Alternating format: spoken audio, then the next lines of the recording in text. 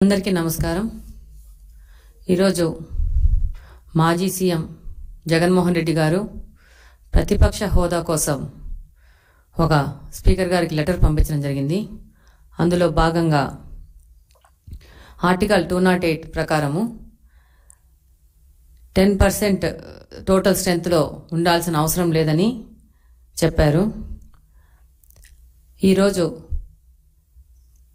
ఒకసారి పార్లమెంట్ మెంబర్గా, 3 సార్లు ఎమ్మెల్యేగా, ఒకసారి ఆంధ్రప్రదేశ్ సీఎంగా పనిచేసిన జగన్మోహన్ రెడ్డి గారు అసెంబ్లీ రూల్స్ లో ఈ విషయం స్పష్టంగా ఉన్నది అన్న విషయం కూడా మర్చిపోయి ఒక శాసనసభ స్పీకర్ కి లెటర్ రాసినప్పుడు ఏ విధమైన అవగాహన లేకుండా రాశారు। రూల్ నెంబర్ 56 లో క్లాజ్ నెంబర్ సి లో క్లియర్ గా రాసింది 1/10 టోటల్ స్ట్రెంత్ లో ఉంటేనే ప్రతిపక్ష హోదా వస్తుందని। ఈరోజు జగన్మోహన్ రెడ్డి గారు తన యొక్క వైఫల్యాలకి రకరకాల కారణాలు చూపడం మొదలుపెట్టారు। ఈరోజు ప్రజలకు మొహం చూపించే లేక ధైర్యం లేక మొన్నటి వరకు ఈవీఎంలు కారంగా ఓడిపోయానని, ఈరోజు ప్రతిపక్ష హోదా ఉంటేనే అసెంబ్లీకి వస్తాననే విధంగా ఆయన లెటర్ రాశారు। ఇదే సీఎం గారు ఈరోజు ఎక్స్-సీఎం గారు కడప పార్లమెంట్లో ఉన్న 7 స్థానాల్లో పులివెందుల కాన్స్టిట్యుయెన్సీ నుంచి గెలిచారు। మేము కడప అసెంబ్లీ నుంచి గెలిచాం। మన ఇద్దరి పని ఏంటంటే ప్రజా సమస్యల కోసము పోరాడము, ప్రజా సమస్యలు తీర్చే విధంగా మనం పని చేయాలా। కానీ జగన్మోహన్ రెడ్డి గారు మాత్రము అధికారంలో వస్తేనే పని చేస్తాను, అధికారంలోకి వచ్చినాక దోచుకోవడానికి మాత్రమే నేను పని చేస్తాననే విధంగా ఉంది। ఈరోజు ముఖ్యంగా ఆయనకి చెప్పాల్సుకున్న విషయం ఏంటంటే, చరిత్ర ఆయన ఒకసారి గమనించుకోవాలా। ఒక పార్టీ నాయకుడుగా ఉన్నాడు, ప్రతి ఒక్క విషయం 1కి 2 సార్లు చెక్ చేసుకొని ఏది చేసినా ముందుకెళ్లాలా।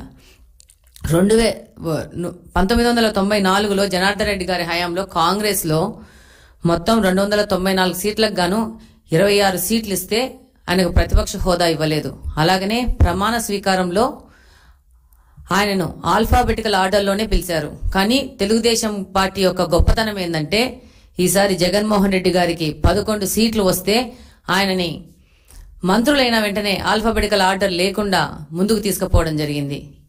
అలాగనే 14 నుంచి 19 వరకు పార్లమెంట్లో కాంగ్రెస్ కి 44 సీట్లు, ఒకసారి 52 సీట్లు వస్తే మొత్తం 1/10 ప్రకారం 54 రావాల్సి ఉంటే కూడా ప్రతిపక్ష హోదా ఇవ్వలేదు। ఇది భారత రాజ్యాంగం ప్రకారం ఉన్న రూల్। ఈరోజు జగన్మోహన్ రెడ్డి గారి కోసం రాజ్యాంగాన్ని మార్చి రాస్తారనుకుంటున్నారు ఆయన। ఇన్ని రోజులు 5 సంవత్సరాలు రాజారెడ్డి రాజ్యాంగం ప్రకారము ఆయన కొత్త రాజ్యాంగము, కొత్త చట్టాల ప్రకారము ఆంధ్రప్రదేశ్ ని నాశనం చేశారు। ఇప్పుడు ప్రజల దగ్గరికి వెళ్లి మొహం చూపించుకోలేక రూల్స్ అనేటివి మార్చి కొత్త రాజ్యాంగం రాస్తేనే నేను వస్తాను, అప్పుడే నేను పోరాడతాను ప్రజా సమస్యలకు అని చెప్పేసి ఈయన ప్రయత్నిస్తున్నారు।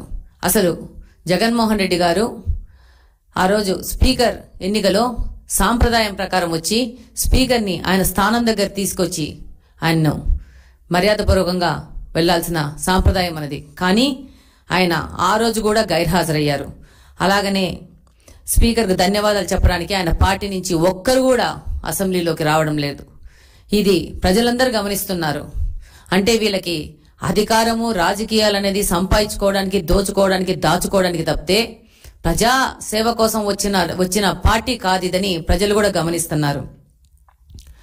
ఈరోజు లెటర్ ఇచ్చి తను రాకుండా ఉండడానికి ఒక సింపతి డ్రామా ఆడి ప్రజల దగ్గరికి వెళ్లాలన్న ఒక ఆలోచన తప్పితే, ఈరోజు నువ్వు ఒక ఎమ్మెల్యే, నేను ఒక ఎమ్మెల్యే, మనం ఇద్దరం వెళ్లి రాష్ట్రం మన కాన్స్టిట్యున్సీలో ఉన్న సమస్యల మీద పోరాడి అక్కడున్న సమస్యలు పరిష్కారానికి మాత్రమే మనకు ఓట్లేశారు ప్రజలు। ఆ విషయం మీరు గమనిస్తే బాగుంటది।